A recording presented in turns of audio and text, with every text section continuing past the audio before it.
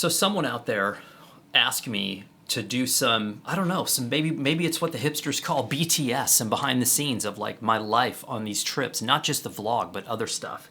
And I was thinking to myself, it's not that interesting, but I'm going to do it anyway. I am currently sitting in Buenos Aires, Argentina, in my hotel room in downtown Recoleta area of downtown Buenos Aires. And let's see, it was Albuquerque to Dallas, Dallas to Buenos Aires. It took us just over 24 hours to get here. I think the vast majority of that was in Argentina customs. Just kidding, although it did take quite a while to get through customs here.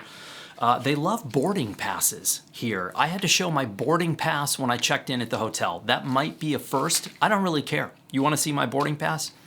I happen to have it here for you. Let's see here. Yeah, just over 24 hours. I probably slept 2.5 hours on the flight and got to the hotel.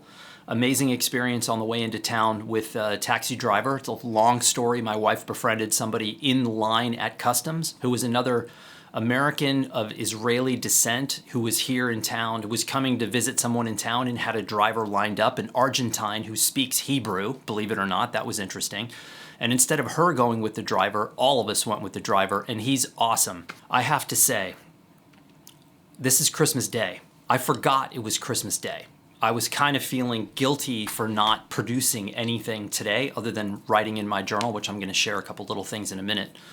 Felt a little guilty because I hadn't done anything, but I forgot it was Christmas. And then I heard somebody else trying to remember the date, and someone said to them, dude, it's Christmas. And then I thought, okay, I don't feel so bad about not performing. The drive from the airport to this hotel was absolutely glorious. And it was proof beyond the shadow of a doubt, something I already knew, but it was reinforced. I had not been in a major city on a holiday day in a long time, if ever. Normally I'm at home at Christmas, I'm not on the road. It was completely and utterly void of automobiles. The drive into the city, we drove really slowly. It probably took 25 minutes and there was no one on the road. It was quiet and beautiful and awesome. And if it wasn't evidence enough that like how amazing these places would be if we just figured out a way to get rid of the cars, get mass transit, get bikes, whatever, it's like night and day. So that was quite a reflection. Got to the hotel. Like I said, 2.5 hours sleep. Normally that I would probably be pretty tired. I felt great. Went to the cafe, got 2 flat whites, wrote in my journal, and then went to the gym and then got in the pool for 5 minutes and then went to the steam room and sauna. I'm a total sucker for steam room and sauna. And especially after a long flight, I think it's good to really get a good sweat in. And that's not something in New Mexico. It's so, well, it's freezing cold in the winter, but it's also incredibly dry. So even in the summer, if it's 90 degrees outside and I'm on my bike and I'm hammering as hard as possible, I'm not dripping sweat like I would be in South Texas. It's so dry that everything just dries immediately on you. So you don't really get those deep soaking sweats that I think are really helpful and healthy. So I went to the sauna and now I'm here and my wife thankfully left the room. And by the way, I left the air conditioner on. I'm not a professional. Let's just reemphasize that. I'm not a pro. And look at this. Look at that journal page. Not too shabby, huh? Yeah. So I was just going to read this to you. A couple of journal entries. Nothing magical yet. My brain isn't quite into the rhythm of writing on the road yet. Writing to me takes a very private mental space. I can do it anywhere. I can do it no matter what's happening around me, but I have to get my brain into the space that basically is the permission space of doing and thinking anything possible.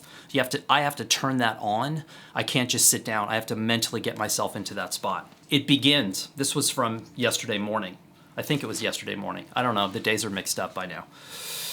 The airport parking lot is as full as we have ever seen it. We parked down in the section filled with fifth-wheel trailers and cars with flat tires, either abandoned or forgotten, those who buy one-way tickets or those who never made it back from Vegas.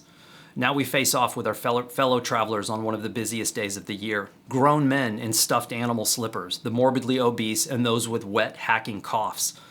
Traveling light would have been the smart play, but with Antarctica on the horizon, it forced my hand. Long glass, backups, extras, and more layers than ever before. Days like today are about pace and knowing most likely you will have to endure each other, the airline, the weather, and a system under stress. Deep breath. All right, let's move on. What else do I have in here that could be interesting or funny? Funny is always good. Man, there was some really just horrendous. Made some notes about the class I'm teaching with Elena. See, experience, record, compile, present, preserve. That's kind of what you do as a documentary photographer. You see it, you experience it, you record it, you compile it, you present it, and you preserve it. That's kind of what our class is going to be about in short order. I thought I had something. I have dumber by the day written down because of some of the stuff that I saw in the airport. That was just amazing. All right, this is the last one. There's something so alluring about Latin America. I knew it, I felt it the very first time I crossed into Nuevo Laredo with my brother. That goes back to Texas in like the early 1980s. My first real trip, Guatemala 95, was enough to push me further into the realm, then year after year back again and again. For some people, they just see the problems, the issues, the decay, and they retreat to their east-west flights, giving up on the north-south. While for others, the place sinks in from the very first moment. And that's what happened to me with Latin America. So, never been to Argentina before. It's pretty good. I'm gonna actually run up to the rooftop, and ooh, the light sucks. We had amazing clouds earlier, and I was gonna go up and bang out some images from the rooftop just to have a little B-roll. See what an insider I am, B-roll, talking about all this filmmaking stuff. But yeah, this is my hotel room. It's a really nice hotel. The room is giant compared to the hotel I had in Paris, by the way. It's probably 4 times the size of the Paris hotel. But simple, clean, basic, awesome. Staff's amazing. The restaurant looks great. It's Christmas Day. Tons of stuff are closed, oddly enough. And yeah, I'll be back. Always looking for ideas for my books. And this was in the lobby of the hotel. I like this type treatment on the front. I like that as well. That's a nice looking page right there. I like the blue. It's not the end sheet. Yeah, the end sheets are blue. That's kind of nice. One of the things I like too. Oh man, look at that. Oh, how can you look at this and not just? Okay, so 2-column grid, which I like, but I actually like. There's this one. I really like that page a lot. You just got a colored sheet here and a single column, like a 3-column, 3-grid page, but just utilizing one for the copy. I think that's really clean. I might steal some of this for my Antarctica book. I think I can do a variation of this with the type, but also with this blue in the background, but it won't be paint. It'll actually be some ice or some color that I pull from the scene. Damn it, I can't keep giving away all my best secrets. They're not secrets. All right, here I am again. Did you miss me? First full day in Buenos Aires. I have completely sweat through my shirt without ever leaving the hotel. And oddly enough, it's not that hot outside from what I can deduce, and according to my less than consistent Apple weather app on my phone, which is all over the place. It's not even that hot outside, and yet here I am completely soaked through in sweat. Don't ask me what's going on. Could be some new virus circumnavigating the world. I don't know. So first full day, took an hour this morning, and I'm gonna attempt to make a little short video about this for YouTube and also to send a blurb. But I took about an hour this morning and I made some notes about the book that I'm going to make from this trip. And that's a little bit deceiving because I know already that I'm going to make more than one book. One of them is going to be a conceptual book that's going to be silly, completely silly to some of you, and others are going to get the joke. But then there's going to be like the primary narrative book from this trip. But there's questions percolating in my mind about what I have to answer before I can move forward with the book. And this is actually going to influence what I photograph and how I photograph as well. So the first question, and oh, by the way, this is my book.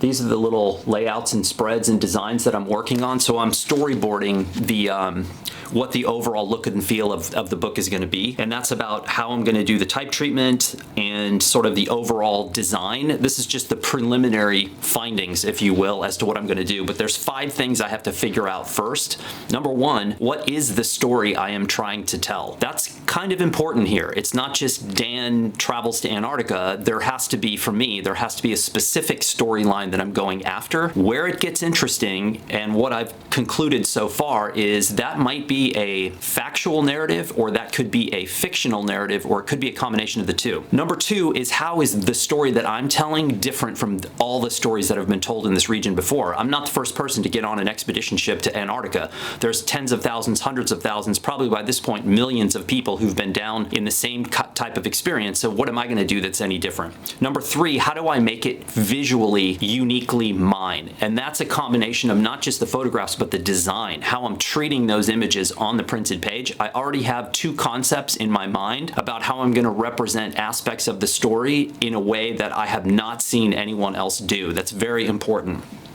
Number four, how does it evolve between now and the end of the trip? Because it will evolve. Some of the ideas I have right now are not going to work. And so I'm going to have to revise or throw them out and start over or adapt something new. And number five, how far is too far before I lose all of you in the concept and the design of the book? Now, if I make what I mocked up this morning, it's out there. It's bizarre. It is a blend of fact and fiction, but the photographs are not going to look like what you think, and the copy is certainly not going to read like what you think, and the design is going to be bizarre. And some of you are going to throw your hands in the air, and you're going to throw a tantrum, and you're going to say, wait a minute, you're supposed to be a photographer, and you're supposed to just make a portfolio of the best straight Antarctic photography that you can possibly make. Well, if you think that's what I'm going to make, you're probably going to be disappointed. I have friends who have been down here 15 times, 20 times, who are professional photographers, and that's what they do. They're professional wildlife and adventure sport photographers, and their photography in these regions and this kind of thing is way beyond what I would be able to do. And plus, they've had 15, 16, 17, 20 trips to build on that body of work. I've got one. So that's not what I'm after. The only caveat to that would be if I can get some straight images of birds, I'll do that. But the overall piece photographically is not going to look like probably anything that you would expect. That's what I'm working on. I have made all kinds of notes here around these spreads. And oh, by the way, there's another twist that I'm not going to share with you right now about what the copy of the book is going to be in the concept. And when I explained it to my wife earlier, she said, you know that part where you said, how much leeway do you have before you lose the audience? She's like, I think you've already passed the point of no return, because if you combine all of those things that you just told me, people are going to think you are straight tripping, man. They're going to think you're straight tripping because it's not going to make sense to anyone. But the subtitle of this book and the dedication of this book, by the way, just to set the table here, this book is for anyone unburdened by math, science, truth, or fact. So yes, that's where I'm starting. Oh, by the way, on his way over here right now is a guy named Federico Cabrera. And Federico has bicycled 45,000 kilometers through remote sections of South America, photographing remote villagers who have never had their photograph taken, and photographing them and then just giving them the portrait so that they will have a portrait of themselves. Not to mention, he gets donations to supply solar lights and water filters to these remote villages. So he's on his way over here. We've known each other online, never met him in person. And so Federico's on his way over here. I'm going to do a quick interview with him sitting right here in the chair, just to give you guys an introduction to who he is, and then also a way for you to donate to what he's doing if you so choose to do so. He's just an interesting dude doing interesting things, and that's really what I want to bring to you on this channel. He's way more interesting than me. I'm vanilla. He is, I don't know, one of those fancy schmancy ice cream flavors now. I don't even know what they are. So anyway, that's where I'm at, and I'll be back later with more.